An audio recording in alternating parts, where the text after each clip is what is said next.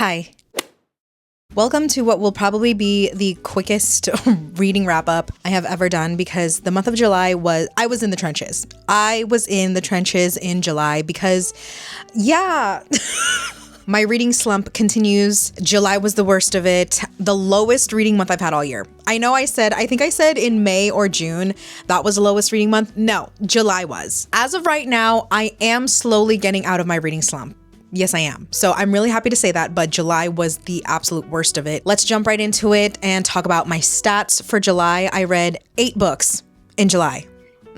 I know to some people, the average person, 8 books is still a lot to read in a month. For me, considering the fact that up until this point, I thought my lowest reading month was only 11 books. 8 books in a month is the absolute lowest I've read in a month in years. For page number, 63% of the books I read were 300 pages and less. I didn't have time for big books this month. 38% were 300 to 499 pages. My top genres were romance, young adult, literary, historical, and LGBTQIA+. Pretty standard, although I will say the YA is because of reading blogs, and we'll get to that later. Format, 50% of the books I read were through print, 38% were through digital, and 13% were through audiobook. My average star rating for July was 3.33. Yeah, I'm telling you guys, I was in the fucking trenches. I feel like whenever I'm in a reading slump, all the books that I read are also not the best. I don't know what it is. I mean, I do find good books, and I did find some good books in July, but for the most part, it's just a bad reading experience overall. That's kind of where I was at for fucking July. Now let's get to the actual books. The first book that I read in July was Game Point by Meg Jones. This was an audiobook that I listened to. I got it from Hoopla. I had been seeing a lot of tennis romances lately. I feel like that is the new hockey romance. It's the new sport that all of the authors are writing romances for now. I actually really enjoyed this. This is a romance between Dylan and Oliver. They are both professional tennis players. Dylan is in the women's category. Oliver is in the men's category. What I really enjoyed about this is the both of them are in their late 30s. They have been in professional sports their entire lives. And I love that we got to see them closer to the end of their careers, where they are now sort of the veteran players. You can see the effects that all these new younger players have on their career. They're sort of getting pushed to the sidelines, and they are slowly retiring out of the sport. And I really enjoyed that. It was nice to read about athletes who have already had such a prolific career and are sort of trying to figure out what's next for them, and seeing what they're going to do out of retirement, seeing,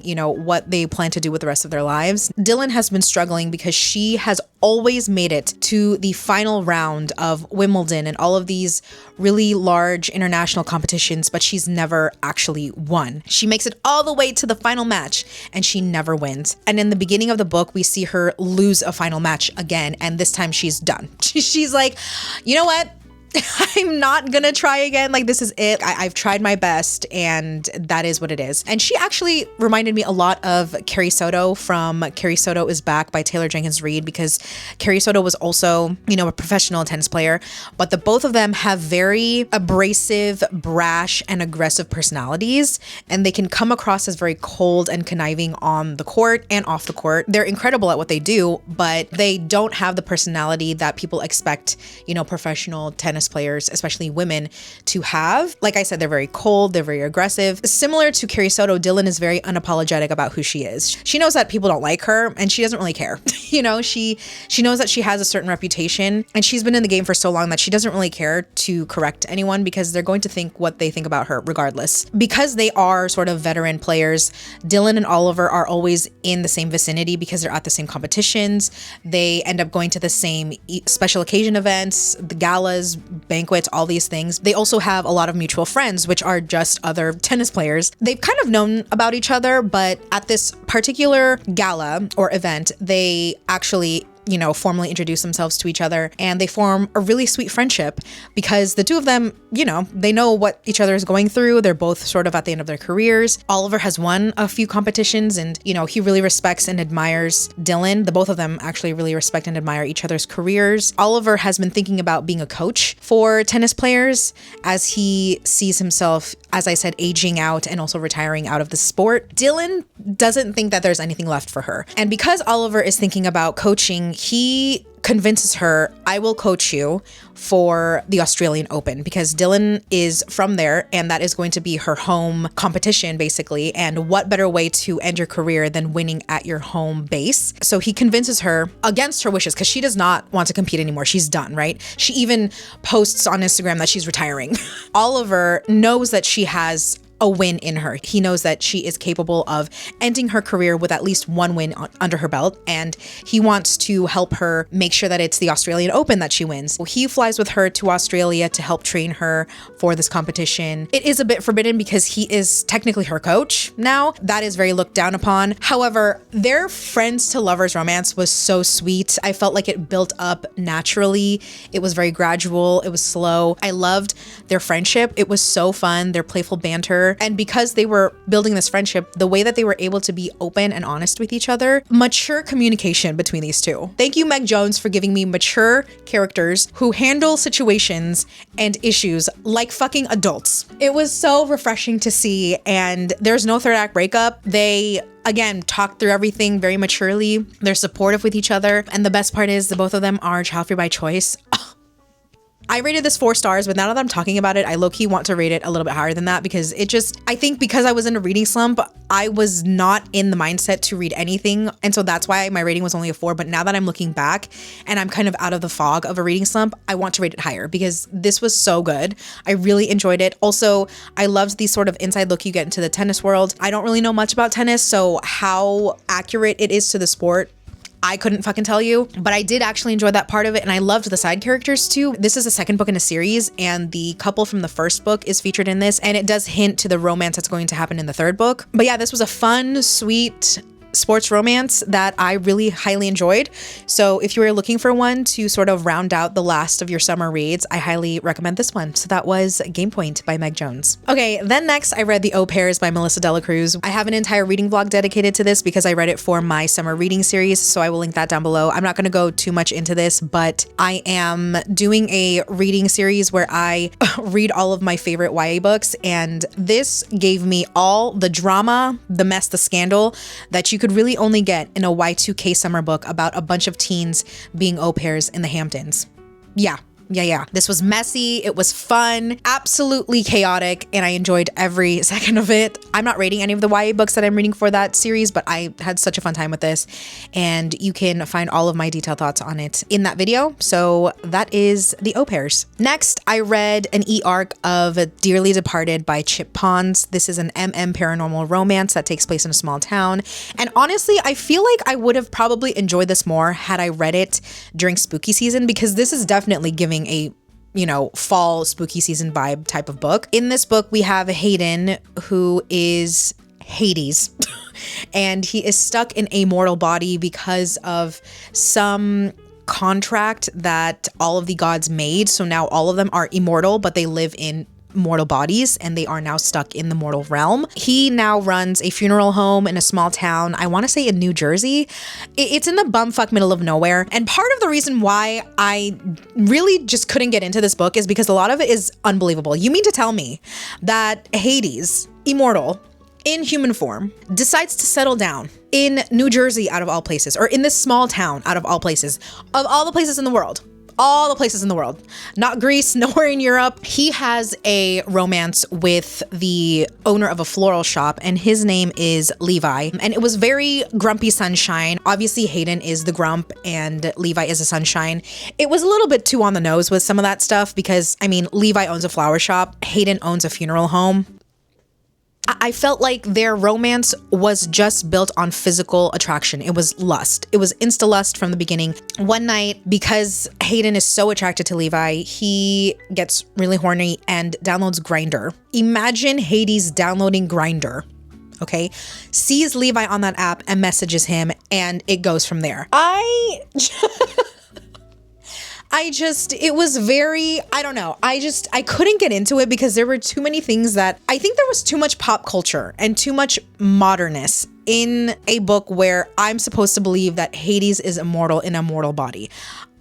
That's just me. I will say I did enjoy all of Levi's friends. He has such a sweet queer community around him, and it was nice to see Hayden, who has been by choice ostracized from the little community they have in their small town. He has chosen to be in the sidelines and chosen to, opt out on engaging with the community. And it was really sweet to see Levi and his friends sort of wrap their arms around him and make him feel welcome and, a part of that community. That part was really sweet and I really enjoyed that. And actually, would I read something about his friends and probably the other side characters? Maybe. There were some spicy scenes with Hayden, and because he's Hades, he has all these shadow magic. Hot. I will say. I'm not gonna sit here and say I didn't enjoy the Shadow Daddy moment. I'm not gonna sit here and say that. I can't. But I don't know. It wasn't all there for me. Some of the dialogue felt very unnatural. People wouldn't say certain things to each other the way that these characters were kind of talking. Like, they would go on very long monologues and tangents, and I'm like,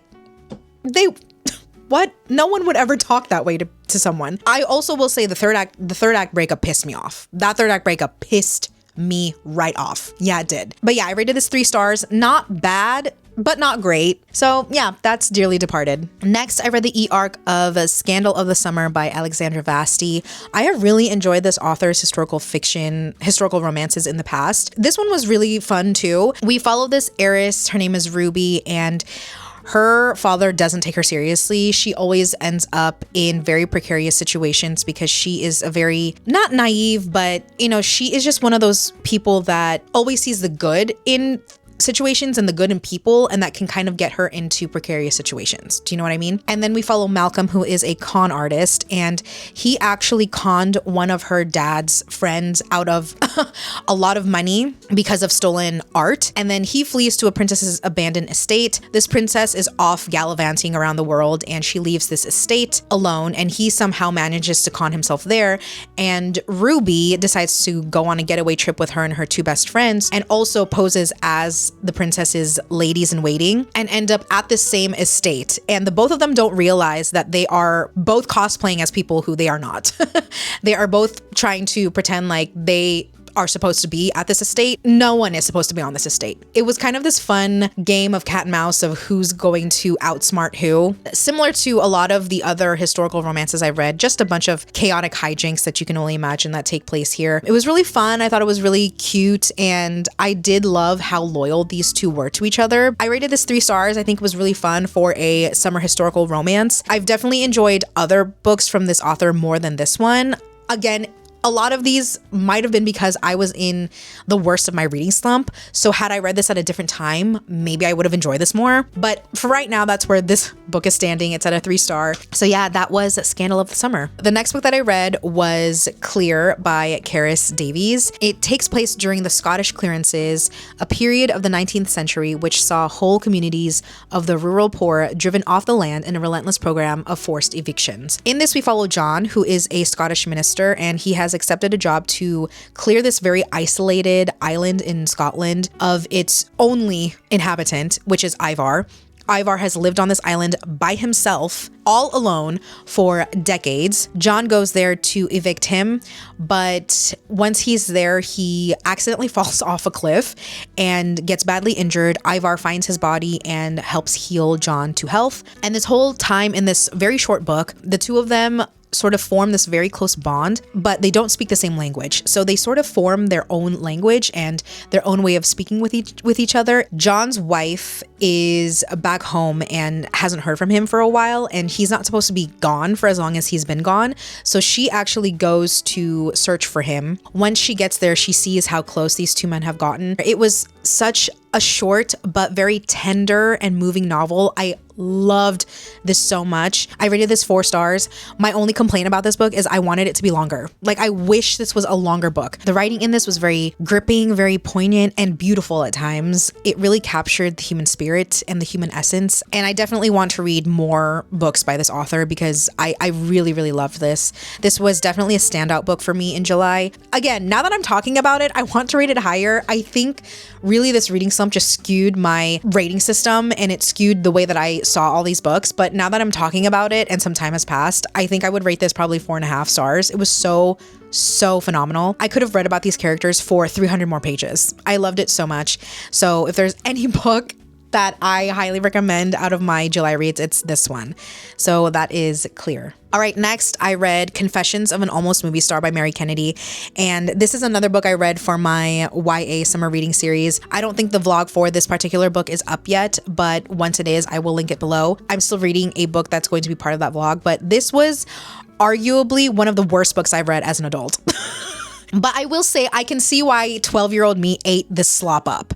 It was about a girl in high school who gets cast in a teenage movie. Just crazy shit that happens. Things that authors really could only get away with during Y2K. The writing was awful. The writing was so bad in this book, but I stuck through it because, you know, I was doing it for my reading vlog, but I had a fun time reading it despite the fact that it was absolutely god awful. Okay. I still loved the teenage drama of it all. It was fun, but my God, this was a terrible book. Yeah, it was. So that was Confessions of an Almost Movie Star. All right. In my attempt to get out of a reading slump, I did do a reread of one of my favorite romance books, and that is Anyone But You by Jennifer Crusie. It is a child-free by choice, reverse age gap romance, and this was written in the 90s. It definitely gives off a 90s rom-com to me. This is about Nina, who has just recently gotten divorced. She is free from her ex-husband, and now she's living on her own for the first time in an apartment with a dog that she adopted. Her downstairs neighbor, Alex, is a ER doctor,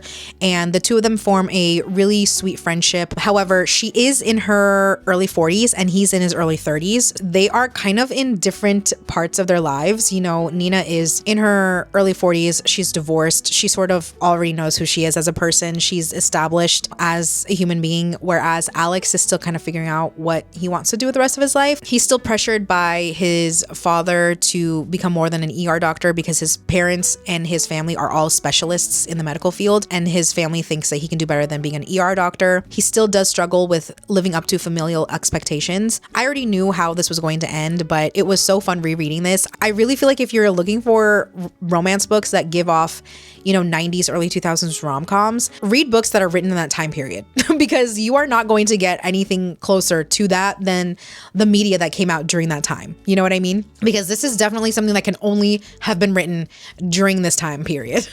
So a lot of the jokes and a lot of the issues in here are of the time, I will tell you that. However, I still really enjoy this. I highly recommend if you're looking for a fun rom-com. This definitely held up. I rated it 4 stars the first time I read it. It's still a 4-star book. Really enjoyed it. Not without its problems. Obviously, it was written in the 90s. Come on. I love Jennifer Crusie, her books, her writings. I love them so much. They're so fun for me.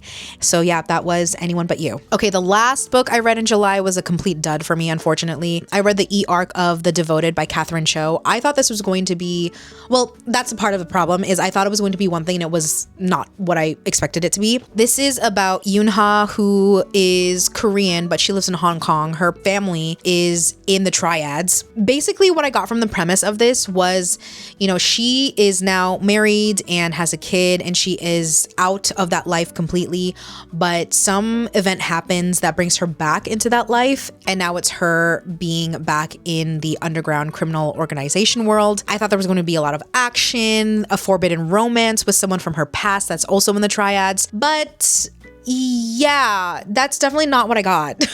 The event that happens, and it says it in the premise, so it's not really a spoiler, is that her son gets kidnapped, and it's because of her relation to the triads. That happens within the first 20% of the book. And so I thought the rest of the book was going to be sort of her being back in this world, all the danger, all the crime, all the action. But really, we got more of Yoonha and her history. So like we jump timelines. There are present day where, you know, she's trying to figure out where her son is and, you know, getting brought back into this world. And then we also follow her in the past, her and her older brother sort of growing up in the triads and their dad being one of the dragon heads, and how her childhood has affected the way that she now sees life as an adult. And this was definitely more character driven than I thought it was going to be, which is not really an issue. I like character-driven stories. However, when you're giving me the premise of, you know, the triads and an underground criminal world, I'm expecting a lot more action than there was in this book. A big thing too was the writing itself. There was a lot of telling. Like, we were told everything that happened in her childhood, in her adulthood. There wasn't a lot of dialogue, and I know what people are going to say, okay? I'm not one of those people that only reads dialogue, okay? Don't even come for me with that, okay? The reason I bring that up is because with the lack of dialogue, we don't get a lot of interaction between Yuna and all of these characters. And so I don't really, their relationships are very surface level to me. Their interactions are all told to me. For example, like with her older brother, who's now, you know, a dragon head and one of the head of the triads, we're told that he goes and helps to find her son. And, you know, he tells her this is happening. Even her interactions with the guy from her past, like we're just told they meet up. We're told what their conversation is about, but we don't actually see them talking.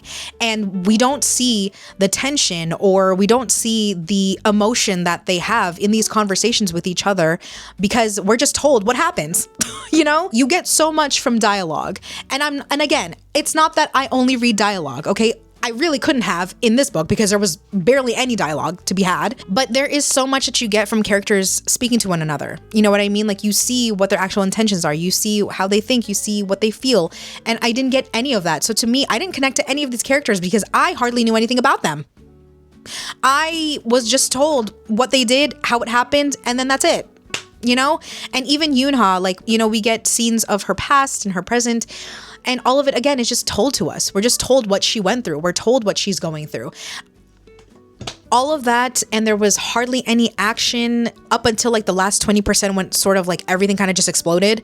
And then at that point, I like really didn't care anymore. There weren't any stakes that I really had in the game of this book. So yeah, I was very disappointed in this because again, I thought I was going to get one thing and I got something completely different. It's not like the writing really had anything salvageable for me to hold on to. I really forced myself to go through this book, you guys, because I thought it was going to get better. I thought there was going to be action that, you know, we were leading up to. I was actually interested more in Yoonha's like brother and the other characters that were actually still in the criminal organization, that I would have rather followed than her, because she was so on the outside and still trying to penetrate in without wanting to fully commit to the life. And so it was a weird perspective to read from. You know, she was outside looking in, but like kind of in it. I don't know how to explain it, but I just didn't vibe with this book at all. Not with the writing, not with the premise, not with the characters. None of it made sense to me. So yeah, I rated this 2 stars.